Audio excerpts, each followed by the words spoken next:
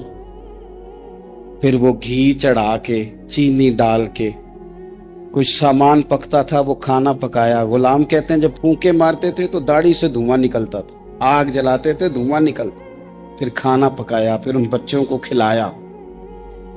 پھر حضرت عمر فاروق رضی اللہ تعالیٰ عنہ نا تھوڑے پیچھے بیٹھ گئے تو بچوں کے ساتھ اس طرح کی باتیں کرنے لگے کہ وہ ہنس پڑے. جناب اسلم کہتے بچے اس بیوہ کے ہنستے تھے, بچے ہنستے تھے اور عمر روتے تھے. جب وہ ہنستے تھے تو فاروق روتے تھے. پھر وہ بچے آہستہ آہستہ لیٹنے لگے, اور جب وہ سونے کی طرف بڑھنے لگے تو حضرت عمر کہنے لگے بہن میں جاؤں؟ کہنے لگی رب تیرا بھلا کرے, میرا کلیجہ پھٹ جاتا اگر میرے بچوں کو آج شام بھی روٹی نہ ملتی. سیدنا فاروق اعظم رضی اللہ تعالیٰ عنہ کہنے لگے پھر تو میرے لیے دعا کرے گی؟ کہنے لگی میں دعا کرتی ہوں اللہ عمر کی جگہ تیرے جیسا کو نیک آدمی بٹھا دے. حضرت عمر کہنے لگے ایک چھوٹی سی گزارش بھی مان لو گی؟ کا کیا؟ فرمانے لگے کوئی یہ میری خدمت اگر پسند آئی ہے تو عمر کو معاف نہیں کر دیتی؟ غلطی ہو گئی, اسے پتہ نہیں تھا. اپنے منہ سے کہنے لگے سیاںا بھی نہیں, باشعور بھی نہیں, اسے چاہیے تھا خلافت کی ذمہ داریاں نہ لیتا. لیکن حضرت صدیق نے کہا تو وہ مان گیا. لیکن بہن میں اسے جانتا ہوں, بزدل بڑا ہے, کمزور بڑا ہے, ضعیف بڑا ہے. اگر تو قیامت میں اس کی شکایت لگائے گی تو بڑا کمزور پڑ جائے گا, اس کے لیے مشکل ہو جائے گا. تو کہنے لگی اچھا اگر تو اتنی سفارش کرتا ہے تو جا, میں نے عمر کو معاف کیا. حضرت فاروق اعظم نے چہرے سے کپڑا ہٹایا تو بی بی کہنے لگی اوہو آپ عمر ہیں؟ آپ فرمانے لگے میں جو بھی ہوں تو وعدہ کر چکی ہے کہ تو نے عمر کو معاف کیا. پھر باہر نکلے اور اپنے خادم جناب اسلم سے کہنے لگے 2 بندے اور بلا اور انہیں گواہ بنا کہ میں نے اس غریب کے روتے بچے ہنسائے ہیں. تو جا کے ان کو بتا میں نے وہ ہنسائے ہیں, اس کے بھوکے بچوں کو میں نے روٹی کھلائی ہے. اور تو گواہ ہو جا کہ اس بی بی نے خود کہا ہے بغیر جبر کے, میری گزارش پہ کہا ہے کہ میں نے عمر کو معاف. کیوں نہ ہم بھی اپنی اپنی ذمہ داریوں کا احساس کر لیں, کیوں نہ ہم بھی جہاں جہاں ہماری ڈیوٹی ہے ہم بھی وہاں غور کر لیں. کہیں ایسا تو نہیں کہ ہم بھی کمزور پڑ گئے ہیں, ذمہ داری تو لے لی ہے پر اب ہم ادا نہیں کر پا رہے. چادریں آئی تھی مال غنیمت میں, ڈھیر ساری چادریں, ڈھیر ساری. حضرت عمر نے صحابہ کرام علیہم رضوان کی ازواج پر, صحابیات پر وہ چادریں تقسیم کر دی. ایک چادر بڑی خوبصورت نکلی اندر سے, تو سب کہنے لگے حضور یہ نہ خاتون اول کے لیے سوٹ کرے گی, آپ کی اہلیہ کے لیے سوٹ کرے گی, کبھی آپ گھر لے جائیں نا, یہ سب سے بہتر ہے. تو یہ حضرت عمر کی بالغ نظری ہے. وہ کیا بندہ ہوا جس کی ہر جگہ نظر ہی نہ ہو. حضرت سیدنا عمر فاروق رضی اللہ تعالیٰ عنہ کہا جناب یہ چادر بڑی حسین ہے, آپ کے گھر والوں پہ جچے گی. تو حضرت عمر فرمانے لگے نہیں, ایک صحابیہ ہیں حضرت ام سلیت رضی اللہ تعالیٰ عنہ, انہیں بلاؤ یہ چادر انہیں دوں گا. حضور اس خاتون کو یہ چادر دینے کی وجہ بھی تو بیان کریں. تو حضرت عمر فرمانے لگے جب احد میں ڈھیر سارے لوگ زخمی ہو گئے تھے اور بھگدڑ مچ گئی تھی اور حالات خراب ہو گئے تھے, تو فرمایا میں نے اپنی آنکھوں سے دیکھا کہ اس ایمرجنسی کی حالت میں بھی جناب ام سلیت مشکیزہ پکڑ پکڑ کے زخمیوں کو پانی پلا رہی تھی. اس خاتون کی خدمات ہیں امت کے لیے. اس نے ڈیوٹی کی ہے صحابہ کے لیے، لہذا اس عورت کا زیادہ حق بنتا ہے کہ اس کو یہ احساس دیا جائے میرٹ کی بنیاد پر تقسیم ہوگی، رشتہ داری کی بنیاد پر، تعلق کی بنیاد پر نہیں ہوگی۔ اس کا حق زیادہ بنتا ہے، اس کا درجہ زیادہ بنتا ہے، خدمات زیادہ ہیں، اس نے اپنی ڈیوٹی زیادہ اچھے طریقے سے سر انجام دی ہے۔ جب تک چیزیں آپ وسعت قلبی نہیں لاتے اپنی طبیعت میں، جب تک آپ گنجائش زیادہ پیدا نہیں کرتے، اتنی دیر تک حالات اس طرح کے نہیں ہوتے۔ پھر ایک اور مصیبت بن گئی ہے، وہ مصیبت ہے لیول کی۔ یہ کام میرے لیول کا نہیں۔ جب آپ اپنے لیول سے نیچے اتریں گے، پروٹوکول سے ذرا نیچے اتریں گے اور چھوٹی چھوٹی باتوں پر خود توجہ دیں گے، چھوٹی چھوٹی چیزوں پر۔ حضرت عمر جمعہ پڑھا رہے تھے، ایک صحابی دیر سے آئے۔ اب یہ نماز کا پوچھنا، جمعے کا پوچھنا، مطلب حکمران صاحب تو اوپر لیول کے ہیں، وہ تو پوچھیں گے کہ جناب میرے ساتھ تو آپ قومی سطح کا بندہ بٹھائیں، یہ والی باتیں۔ لیکن چھوٹے چھوٹے سوراخ پیدا ہوتے ہیں، پھر بند ٹوٹتے ہیں، حالات بگڑتے ہیں۔ قوموں کا اخلاق چھوٹی چھوٹی جگہوں پہ پہلے بگڑتا ہے، چھوٹی چھوٹی جگہوں پہ۔ بچہ پہلے چھوٹی چوریاں کرتا ہے، خدا معاف فرمائے اگر اسے روکا نہ جائے، پھر وہ بڑی جگہوں پہ جا کے حالات خراب کرتا ہے۔ حضرت عمر فاروق ایک صحابی دیر سے جمعہ پڑھنے آئے تو حضرت عمر نے بعد میں بلا لیا، فرمایا تم اتنے سمجھدار آدمی ہو کہ اگر جمعے میں دیر سے آؤ گے تو باقی لوگوں کا کیا بنے گا؟ تو وہ صحابی آگے سے کہنے لگے مجھے پتا تھا آپ نے پوچھنا ہے، اور میں تو کہیں کام میں مصروف تھا، امیر المومنین میں تو دوڑا آیا ہوں، میں تو غسل بھی نہیں کر سکا، وضو کر کے مسجد میں آ گیا ہوں جمعہ پڑھنے۔ تو حضرت عمر فاروق ان کی بات سن کے خوش ہوئے، فرمانے لگے رب تیرا بھلا کرے، اس طرح کرنا، آئندہ جمعہ پڑھنے آنا تو غسل کر کے آنا۔ میرے نبی پاک نے غسل کرنے کا ارشاد فرمایا جمعے والے دن، غسل کر کے آنا۔ لیکن سنو نا یار، ضرورت کس چیز کی ہوتی ہے؟ ایک صحابی تھے حضرت جناب سیدنا خفاف بن ایما غفاری رضی اللہ تعالی، انہوں نے بڑا کردار ادا کیا تھا میدان احد میں، انہوں نے اور ان کے صاحبزادے نے۔ تو ان کی بیٹی ایک دن حضرت عمر کے پاس آئی۔ اب وہ بیٹی بیاہ کے جا چکی تھی، اس کی شادی ہو گئی تھی۔ حضرت خفاف بن ایما رضی اللہ تعالیٰ عنہ کی صاحبزادی اپنے سسرال چلی گئی تھی، وہاں اس کا خامد انتقال کر گیا۔ وہ خاتون واپس آ گئی، وہ حضرت عمر سے ملی، بیوہ عورت۔ اس بیوہ خاتون نے آ کے، یہاں تو میرے بھائی وہ فوجی بیچارے جن کی بیویاں، جن کو ایک تقریب میں تو خوب ایوارڈ دینے کے لیے بلایا جاتا ہے، میں نے یتیمی کا وقت گزارا ہے، مجھے پتا ہے کہ 2-4 مہینے لوگ آ کے کہتے ہیں کوئی حکم ہوا تو 10 آجے، پھر جب 1 سال گزر جاتا ہے تو پھر لوگ کہتے ہیں 4 بھرا نے کام کیوں نہیں کر دے؟ تو ایسے تو نہیں نا کہ ابا ایسے ہی چلا گیا تھا، بڑا کچھ دے کے گیا ہے، کدھر ہے فلانی چیز؟ لوگوں کا نظریہ تھوڑے عرصے کے بعد اور ہو جاتا ہے۔ آپ نے بڑے بڑے شہداء کے گھروں میں ایوارڈ تو دیے، کیا کبھی آپ نے پلٹ کر دوبارہ غور کیا کہ ان کے بچے کہاں ہیں، ان کی بیوہ کس حال میں ہے؟ وہ زمانے کی تیز دھوپ اور تیز آندھی کا مقابلہ کیسے کر رہے ہیں؟ بغیر باپ کے جو انسان کو کھلے آسمان تلے وقت گزارنا پڑتا ہے، وہ کتنا کو مشکل ہوتا ہے، وہ کس طرح ٹائم گزار رہے ہیں، یہ کبھی سوچا لوگوں نے؟ یہاں تو نرنگیے سیاست دوران تو دیکھیے منزل انہیں ملی ہے جو شریک سفر نہ تھے، جو نکلے ہی نہیں تھے وہ منزل تک پہنچ گئے، اور جنہوں نے جوانیاں گزار دی وہ رستے میں رہ گئے۔ حضرت خفاف بن ایما کی صاحبزادی بیوہ ہو کے آ گئی، بچے ساتھ تھے، سرے راہ جناب عمر سے ملی اور مل کے کہنے لگی حضور میں اس صحابی کی بیٹی ہوں جنہوں نے احد والے دن اپنے بیٹے کے ساتھ مل کے معاشرہ کیا تھا، بچے میرے یتیم ہو گئے ہیں، میں بیوہ ہوں۔ حضرت فاروق اعظم رضی اللہ تعالیٰ عنہ نے فہرست نہیں مانگی، خرچے کی ڈیٹیل نہیں مانگی، تم آنا فلانے سے ملنا، پرسوں 9 بجے آ جانا دفتر، یہ کوئی بات نہیں کی۔ حضرت عمر غور سے کھڑے، اس بیٹی کی بات سنی، چھم چھم سیدنا فاروق کی آنکھوں سے آنسو گرے، دوڑ کے گھر گئے، ایک اونٹ نکالا، وہاں سے مال غنیمت کا مال کے بھر کے 2 بوریاں، اور بوریوں میں کیا تھا؟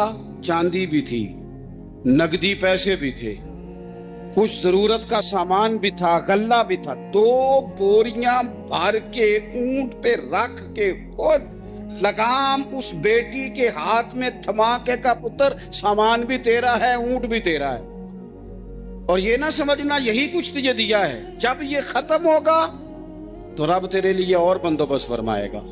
کیا مانا؟ کہ ڈیوٹیاں لگا دی گئی ہیں، ہمیں پتہ ہے یہ سامان کب تک ختم ہو جائے گا، پیسے کب تک ختم ہو جائیں گے، تیرے لیے میں نے نئے حکم بھی جاری کر دیے ہیں۔ حضرت عمر وظیفہ لگانے لگے تو حضور کے گھر میں خدمت کرنے والے حضرت اسامہ بن زید کا وظیفہ ڈبل لگایا، اور اپنے بیٹے عبداللہ ابن عمر کا وظیفہ سنگل لگایا۔ تو حضرت اسامہ بن زید کہنے لگے، ابا جی میں نے تو ہجرت بھی کی، جہاد بھی کیا، اسامہ تو ان دنوں بچے تھے۔ تو حضرت سیدنا عمر فاروق جواب میں کہنے لگے، پتر اسامہ کے والد زید نے بھی حضور کے گھر میں نوکری کی، اسامہ بھی نوکری کر رہا ہے۔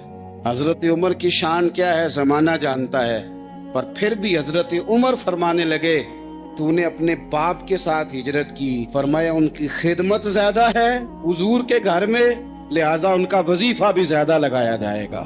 محبوب اللہ کی بارگاہ میں دعا کرتے ہیں، اے اللہ ایک وقت روٹی دینا، ایک وقت فاقہ دینا۔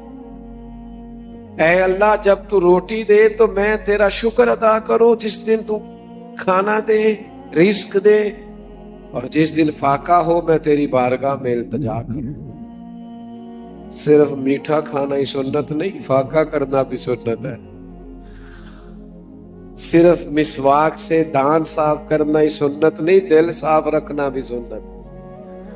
اور میرے عزیز ہم نے کیا کیا؟ چند 4-5 چیزوں کو یاد کر لیا، اور جو ہمہ پہلو زندگی تھی ہمہ پہلو سمجھے ہی نہیں۔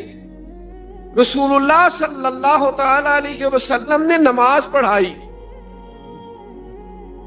تو صحابہ فرماتے ہیں یہ منظر ہمارے لیے انوکھا تھا کہ جلدی سے حضور تشریف لے گئے، ہم نے کبھی دیکھا نہیں تھا، ہر معاملے میں بڑا اطمینان تشریف رکھتے سرکار، لیکن جلدی آ چلے گئے۔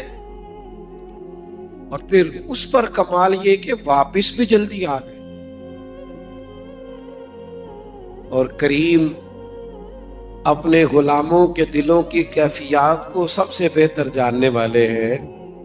حضور جانتے تھے کہ ذہنوں پر سوال ابھر آیا ہے کہ محبوب اتنی جلدی گئے، اتنی جلدی آئے۔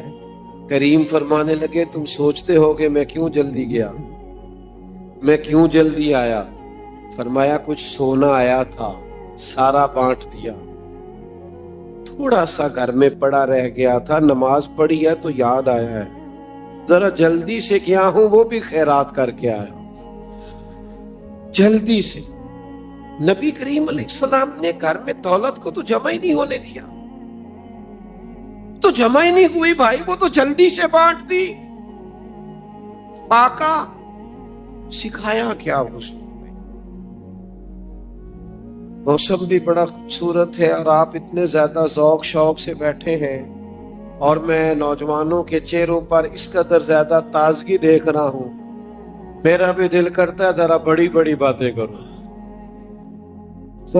ذرا بڑی باتیں کروں، میں دل کی بات کر دوں، کہو تو راز حیات کہہ دوں، حقیقت کائنات کہہ دوں، وہ بات کہہ دوں جو پتھروں کے دلوں کو بھی پاش پاش کر دے۔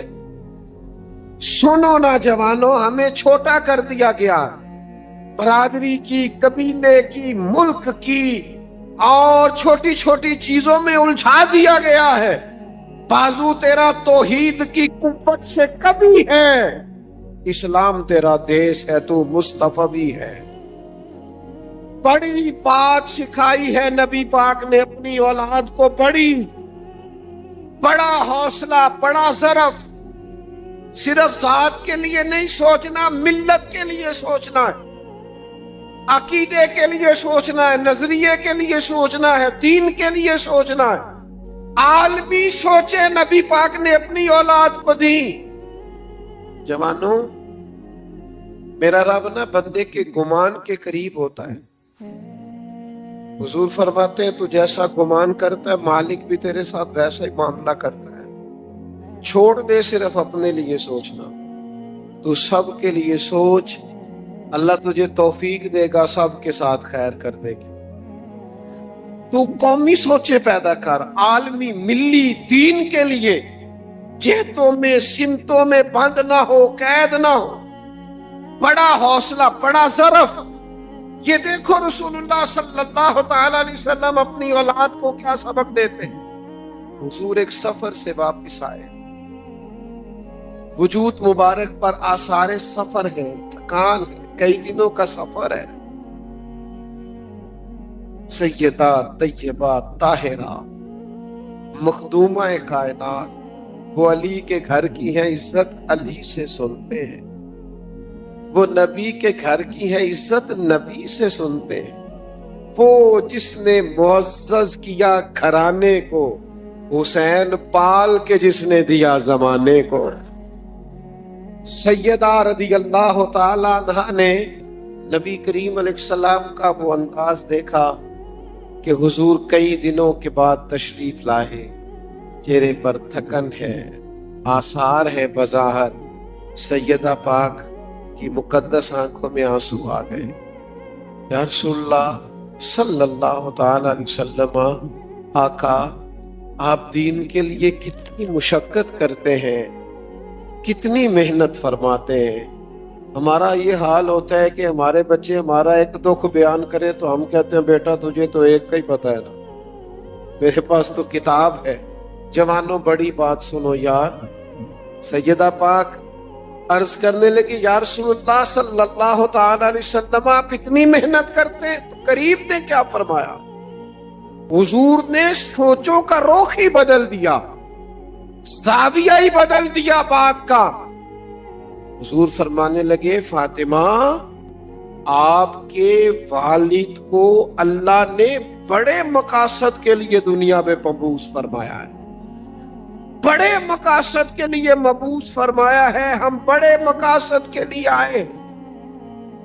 فرمایا کوئی گھر کچا نہ پکا، نہ کوئی جھونپڑی، کوئی جگہ ایسی نہیں بچے گی جہاں اللہ آپ کے دین کے والد کے آپ کے والد کے دین کو پہنچا نہیں دے گا۔ پیغام دین ہر جگہ پہنچے گا۔ حضور نے جو سوچیں عطا کی ہیں وہ بڑی عطا کی۔ هو الذی ارسل رسولہ بالہدی ودین الحق لیظہرہ علی الدین کلہ۔ ہر جگہ دین پھیلے گا، ہر جگہ۔ مسلمانوں نہ گھبراؤ، خدا کی شان باقی ہے، ابھی اسلام زندہ ہے، ابھی قرآن باقی ہے۔ یہ کافر کیا سمجھتے ہیں جو ہم سے روز الجھتے ہیں؟ ابھی تو کربلا کا آخری میدان باقی ہے، انقلاب آنا ہے۔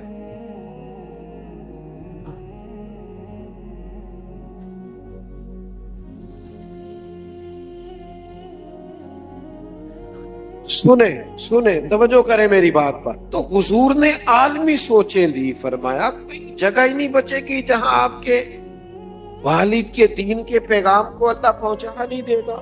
بڑی سوچیں اپنے بچوں کو دیں، محدود نہیں، صرف روزی روٹی کی نہیں، بڑی سوچیں۔ اور پھر نبی کریم علیہ السلام نے نا جد و جہد سکھائی ہے، کوشش کرنا سکھایا ہے۔ نوجوانوں ہم نے سہارے نہیں ڈھونڈنے، ہاں میرا فلاں رشتہ دار امیر ہے تو اگر میرے ساتھ اس کا تعلق بن جائے تو بات بن جائے گی، نہ، اپنی دنیا آپ پیدا کر اگر زندوں میں ہے۔ گردن کو جھکا دیتا ہے خیرات کا پتھر، جہاں میں مانگنے والوں کے سر کبھی اونچے نہیں ہو۔